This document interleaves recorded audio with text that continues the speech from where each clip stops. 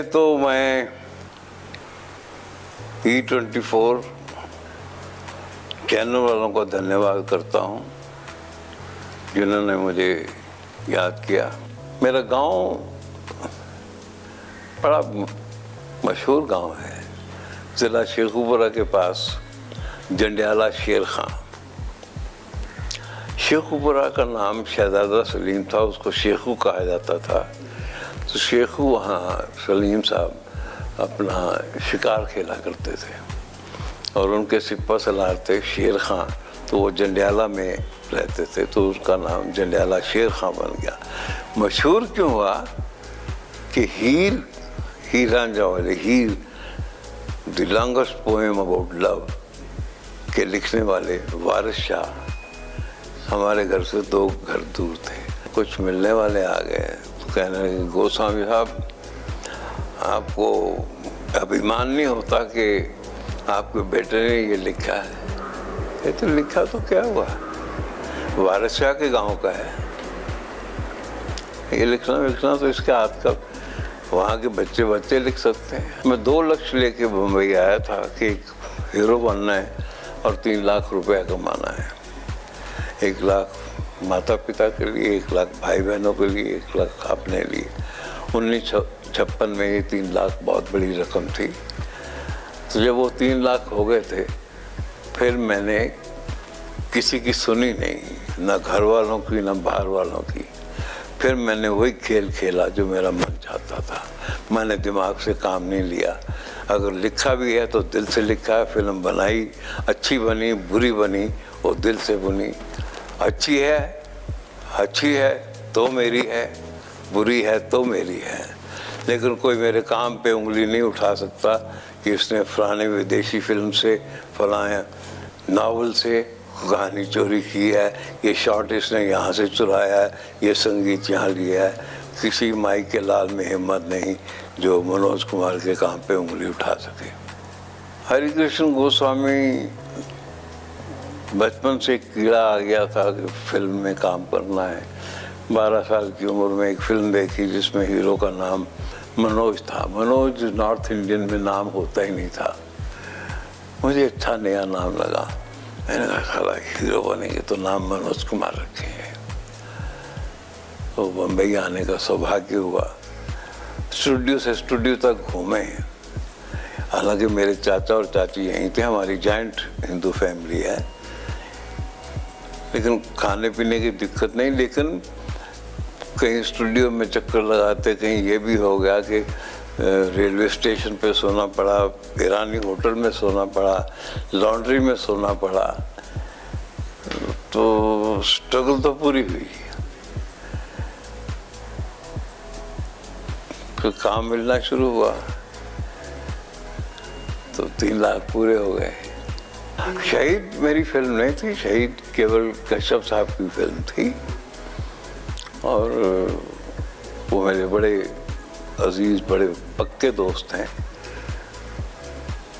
कहाँ से उसने पैसे इकट्ठे किए, क्योंकि उस फिल्म का खरीदार कोई नहीं था, हीरोइन नहीं थी, सिर्फ एक ही नॉन आदमी था, मनोज कुमार या प्राण साहब। तो वो बेचारा पिलर टू पोस्ट भागता रहा पैसे इकट्ठे करने के लिए, और मैं जानता था कि पैसे कितनी मुश्किल से आ रहे हैं। हम उसी स्पीड से शूटिंग कर रहे थे कि हम जल्दी करें। वो पिक्चर 8 या 9 लाख रुपए में बन गई थी। हमने जेल में शूटिंग की, टेनिस कोर्ट की लाइट्स के साथ, चौराहों से लाइट लेके उससे शूटिंग की। मैं पहला राइटर हूँ जिसको सरकार ने स्टोरी राइटर का अवार्ड दिया। लेकिन स्टोरी राइटर का अवार्ड मिलने से मैं उछला कूदा, कोई मैंने सेलिब्रेशन को पार्टियाँ नहीं की। मुझे अंदर से मेरा जो इंसान था वो बड़ा खुश हुआ कि मैंने भगत सिंह और उनके साथियों की लाइफ पे 5 साल मेहनत की है, वो सफल हो गई है। गवर्नमेंट ने स्वीकार कर लिया है कि ये भगत सिंह पे ओरिजिनल डॉक्यूमेंट है। लाल बहादुर शास्त्री नहायत प्रैक्टिकल आदमी थे। शहीद उन्होंने देखी, पूरी देखी। रात को 2 बजे प्राइम मिनिस्टर हाउस से फ़ोन आया कि मनोज से कहो और केवल पी कश्यप साहब से कहो कि अपने साथियों को सुबह मेरे यहाँ चाय पे लेके आए।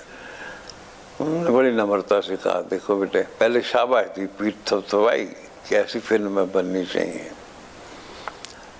फिर कहा कि देखो मैंने नारा दिया है जय जवान जय किसान, मैं ना जवान लगता हूँ ना किसान लगता हूँ। तो मैंने कहा बाबूजी आप क्या लगते हैं? ये केवल मुझसे नहीं सारे हिंदुस्तान से पूछिए। फिर उन्होंने मेरे को झांका, यूँ कनखियों से कहा कि क्या जय जवान जय किसान पे फिल्म बन सकती है?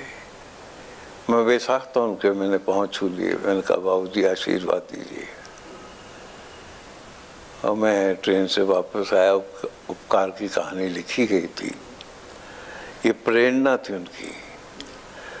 वो नेता थे जो प्रेरणा देते थे। पहले वर्षन में मैंने भी हीरो का नाम राम रखा था। फिर मैंने एहसास किया कि भारत तो गांव में बसता है, तो ये किसानों को रिप्रेजेंट कर रहा है, तो इसका नाम भारत रख दो। लेकिन हमारी जनता जनार्दन ऐसी है, अगर प्रसन्न हो जाए तो आप पे इज्जत की इतनी वर्षा कर देंगे कि आप 7 जन्म तक नहीं चुका सकते। मैंने ख्वाब में भी नहीं सोचा था कि भारत को, मनोज कुमार को भारत बना देगी। वो बोझ लिए मैं आज भी सर पे चलता हूँ, भारत की इमेज निभाने के लिए। कभी कभी मुझे सिगरेट का शौक़ था, तो परिवार के साथ एक रेस्टोरेंट में खाना खाने गए और एक नौजवान कन्या वो आई और उसने मुझे डांट के बोला, आप भारत हो गए, सिगरेट पीते हैं? मैंने कहा अब बेटे और बन भारत। फिर फिल्मों में लव सीन भी होते थे। अब भारत तो कोई मैसेज पहुंचा रहा है और दूसरे सीन में लड़की को टांग से पकड़ के, बाजू से पकड़ के नदिया में नहला रहा है या स्विमिंग पूल में फेंक रहा है। तो भारत की कही हुई सीरियस बात को कौन सब ठीक समझेगा? तो उस कैरेक्टर को मेंटेन करना, हाय तौबा, हाय तौबा।